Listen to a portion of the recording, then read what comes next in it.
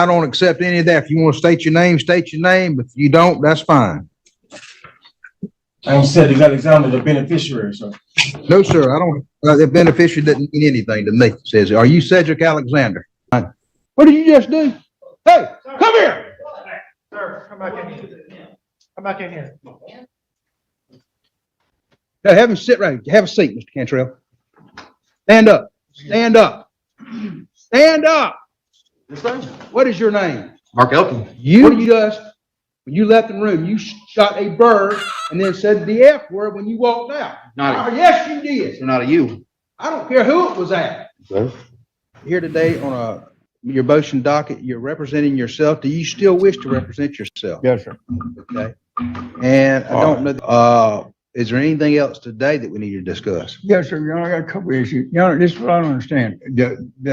In the discoveries, the affidavit is not filed. Okay. And in the affidavit it is filed, it's not in the discoveries. There's two different affidavits. I don't know which one to prepare my defense on. Okay. Mr. Southern, you understand what he's talking about? I don't either.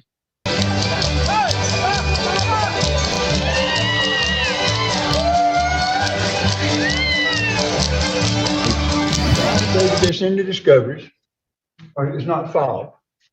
They're not filed. There's nowhere. There's only one affidavit that's filed through the case history. We've got an action-packed lineup from the no-nonsense Judge Brantley Clark out of Panama City, Florida. This trio of wild defendants brought the courtroom drama from the very start.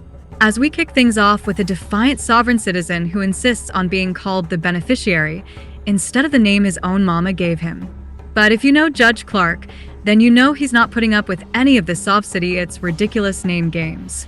In fact, he sets this bozo straight in record time. Less than a minute. That's if anyone is counting. But if you thought things couldn't get crazier, then the second case will blow your mind.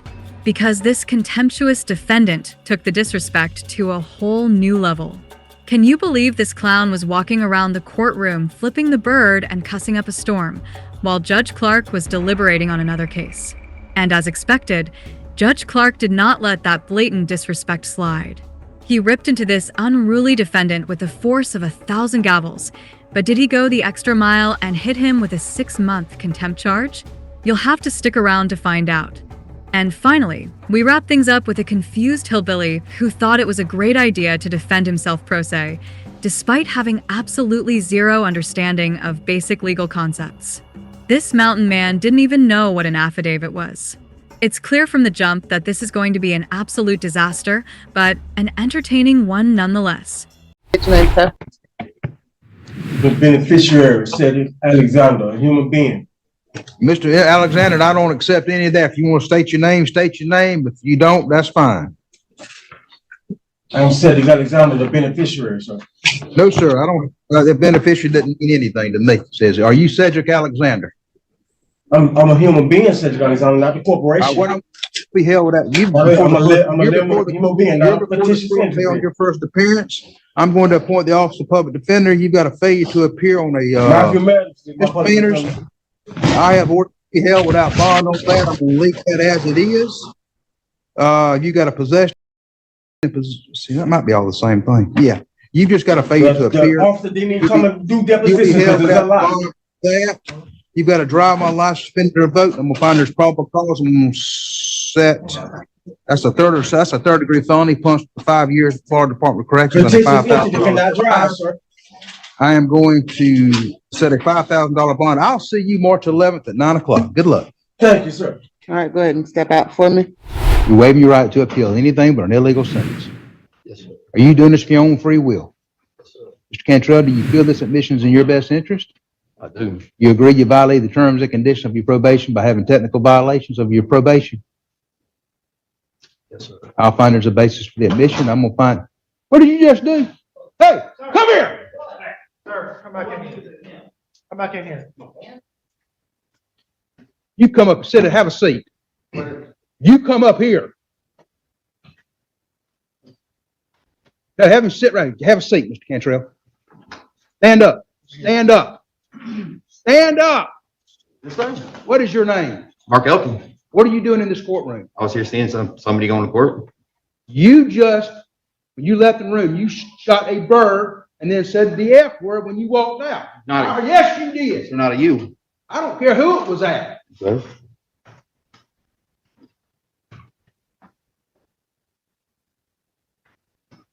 Now, that is a direct criminal contempt of court.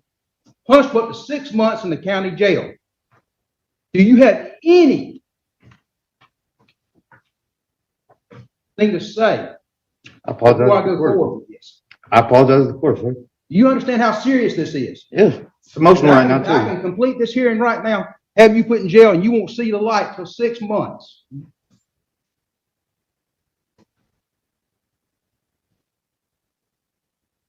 Now, this very seldom happens in my courtroom.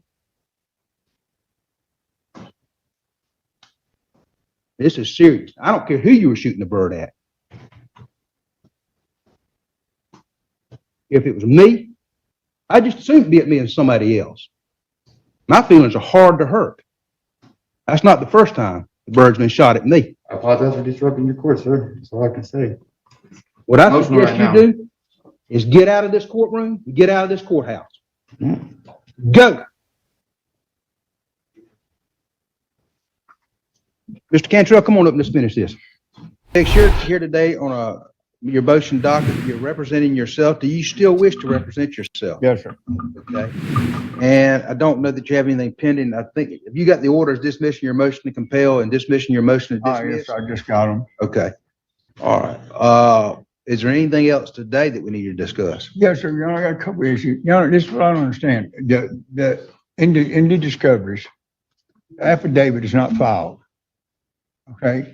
And then the affidavit that is filed is not in the discoveries. There's two different affidavits. I don't know which one to prepare my defense on. Okay. Mr. Sullivan, you understand what he's talking about? I don't either. The affidavit that's in the discoveries is not filed. They're not filed. There's nowhere. There's only one affidavit that's filed through the case history. And so the one that's in the discoveries are not filed. It's a totally different affidavit. I got no idea what you're talking about. Here, let me show you, Your Honor.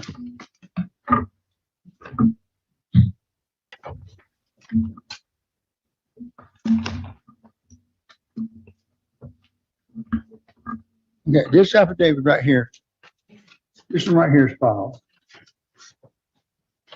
Here, Your Honor, it's got the numbers at the top, 22-3101. This is the affidavit that's filed. Okay? In the discoveries, it's a totally different affidavit, totally different statement. It's not a case file copy. It's totally different. What's filed in the court file is a complaint. Sir? They have a complaint. Yes, sir. Yes, sir.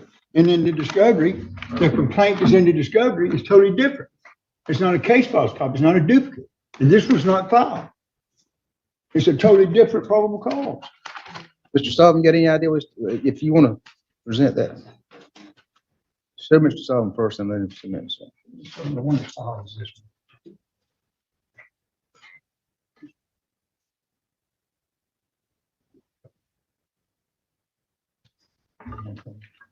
You're looking at, look. Yeah, but no, sir. Reverend Hammond who met me to defend it, history, and made contact with the defendant. So they're totally different. I see what you're saying. And then this says it's all totally different.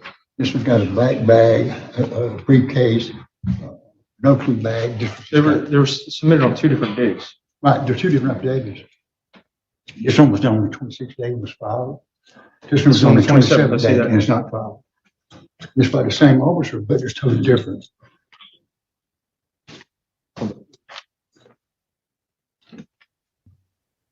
The affidavit that's in question, who's the defendant on that?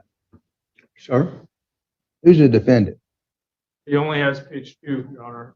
I wonder if that's where Ms. Weber is, if that's Ms. Weber's probable cause affidavit. No, sir, I got hers. It's totally different. I got hers. I got hers as well. No, sir, it's totally different. Yeah, I understand what he's pointing out, Your Honor. I don't know I guess what his argument is. I mean, if there's an affidavit that was sworn out but never filed, essentially, what is the effect of that affidavit? It really doesn't matter if. Let me see what he's talking about. And I agree. I mean, if he was arrested on an affidavit, I mean, there may be something to cross-examine someone I on. may approach Church to point out exactly because there are several. It's what it appears to me, Judge, is there was a copy paste of the addresses, and then they went back the next day and changed the address to what I would assume is the proper address. So they changed the whole That's- probable cause. They changed everything on it. It didn't change the address. You changed everything on it, the whole probable cause.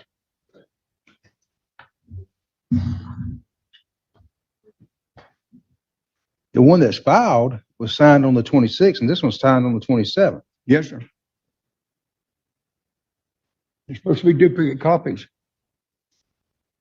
Well, they're not duplicates because they were 2 different days. Yeah, Again, it's like that they filed it, realized that there was a typographical mistake, and went back and filed a new one.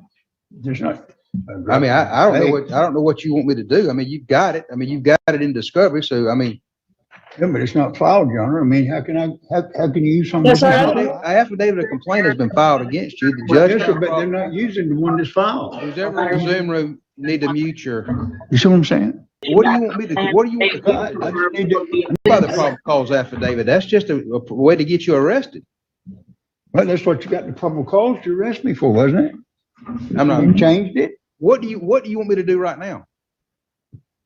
I want the affidavit that's not filed to be stricken, taken out. Nobody the one that's filed. What? I got no idea what you're talking about, Mr. Nix. It's not filed. So how can you use something It's against me that's not filed. How can I strike something that's not filed? Well, how can they use something against me that's not filed? Do you understand the argument, Mr. Sullivan? Yes and no. I don't think Mr. Nix understands that the complaint affidavit is not being used against him in the sense that he's claiming it is. The information is what charges him with the crime. The information is what I proceed forward on. The testimony of the officers is the evidence that I will be using to prove that crime. The affidavits are not admissible in trial. They will not be used in trial. They're not going to be used against him. Sir, he's already used the affidavit against me that's not I filed. got no idea what you're talking about, Mr. Nix. I got no idea what, I can't strike something that's not in there. And even if I could, I mean, there's nothing to strike. I mean, the information just gets you arrested. The state doesn't even have to charge you with what the information says. They can amend the charges. They make a charging decision. So you can hand that back to him, but I got no idea. What else do you have today? So it's about, I'm not striking. it's about the sworn statement. Mr. Sullivan said he talked to the officers and there's no sworn statement on the body cam, right? And then you said that there's no tape recorded statement, right? Correct. And then you said there was no sworn statement, not even an unsworn statement. No, that's Look, this is not stuff that needs to be held in front of the court, Mr. Nixon. That's the problem. You representing yourself. You got absolutely digging yourself a deeper hole. Now, you have a right to be represented by an attorney. That's what you need to do. I feel confident to represent yourself, but you're having conversations in front of me that you don't need to have in front of the court. Yes, sir. Well, Well, I can't talk to him. I mean, that's because you're representing yourself. on the body cam, I need to see the body cams again. How do we do that when he's pro se? Because if you had an attorney, your attorney would. I'd have to play it in open court, Judge. I can't provide. Yeah, I'm not sitting here in opening court and watching it. That's not my job. I don't have the time to do that. Yes, sir. That's your problem with representing yourself. You're going to have to figure out some way to get it What done. I'm saying is, Your Honor, one. Listen to me. That's up to you. If you had an attorney, they would take it out there and play it for you. You don't have an attorney. No, sir, don't. That's up to you to You get. give me a different attorney besides Roy McCarthy, I'll take a different attorney, but I'm not taking We've Roy already been McCarthy. through that. Did you ask for another attorney? Yes, sir. And I've already ruled on that. I've been asked for another attorney. So that's the same thing. I mean, if you have to figure out some way to review the body cam, that's up to you. I can't help you with that. What I'm saying is, if there's no sworn statement, then not. Listen, Do you want Ms. McCarthy to represent you? No. She can take the video out there and let you see it. Listen, Your All Honor, right, let's go ahead and set it for trial. with Mr. McCarthy, let me explain something, please, sir. I think I've already heard that. No, I don't think you've heard this. I had 5 witnesses subpoenaed for the suppression hearing. 5 witnesses. Okay, she had it with only 2 witnesses. Okay. All right, let's go ahead and set this for trial. Let's set it for April 1st. At 8:30, we'll set it for a trial management February. I believe he's currently set for the February 5th date, Your Honor. All right, are you ready to go to trial then? No, sir, I need to see this video. Also, I need to. Is it one on the list?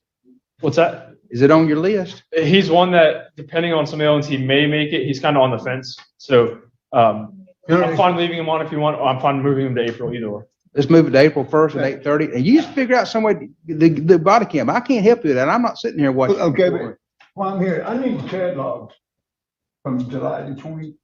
You have to file a request. Okay. April 1st at 8:30, March 15th for trial management.